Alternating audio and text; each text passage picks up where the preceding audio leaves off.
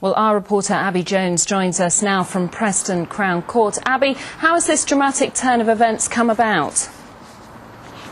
Well, this has been one of Lancashire's longest-running murder investigations. Charlene Downs disappeared in November 2003, 4.5 years ago.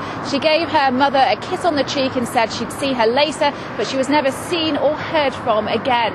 Now, there's already been one trial here last year at this court. The jury couldn't reach a verdict, and today the prosecution announced that it couldn't offer any evidence against Mohammed Rebeshi, who was charged with assisting an offender, and another man who we can't name for legal reasons, who was charged over Charlene's murder.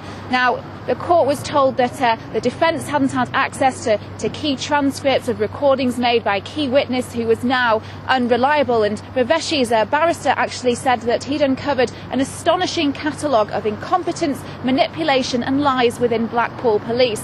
Well, Charlene's parents were told the news this morning, and Charlene's mother said she was distraught. Absolutely devastated. I've always lived in hope, and I'm still living in hope that one day justice will be done for Charlene. It's hell not knowing where Charlene is, but I've always lived in hope that one day somebody would tell us where Charlene is, and I still believe someone out there does know where Charlene is and knows more than they're letting on as well. I still truly believe that. So the two men who walked free from court today, Abby, what did they have to say about the police investigation? Well, Mohammed Rebeshi, whose barrister made that quite astonishing attack in court today, he came out to speak to us. He's been on remand in Preston Prison for 2.5 years. Apparently, he's the longest-serving remand prisoner in that prison, a fact that his barrister said today should warrant a full public inquiry. He said that his time in jail had been an absolute nightmare, and he'd had to turn detective himself to help his own legal team. It obviously shameful. Absolutely shameful. Obviously, you've been in court, you've seen it for yourself, the cover-up, the lies being told about the whole thing. There was no basis. We went for trial once, and I made it very clear this whole thing has been, it's just like an imaginary case in the head and had no basis. It has been proved today. Cover-up and lies there, Abby. They're very damaging allegations. What have the police had to say in response?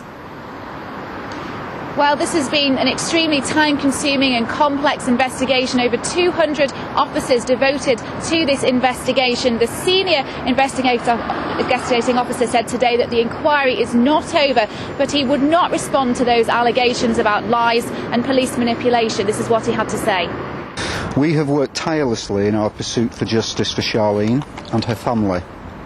We must now accept that we don't have sufficient evidence to secure convictions in this case. This does not mean that the investigation that was launched when Charlene disappeared is at an end. The inquiry will remain open. Well, although police say this murder inquiry is very much still open, there are no new leads at the moment. Charlene's family are still no closer to knowing why or how their daughter died.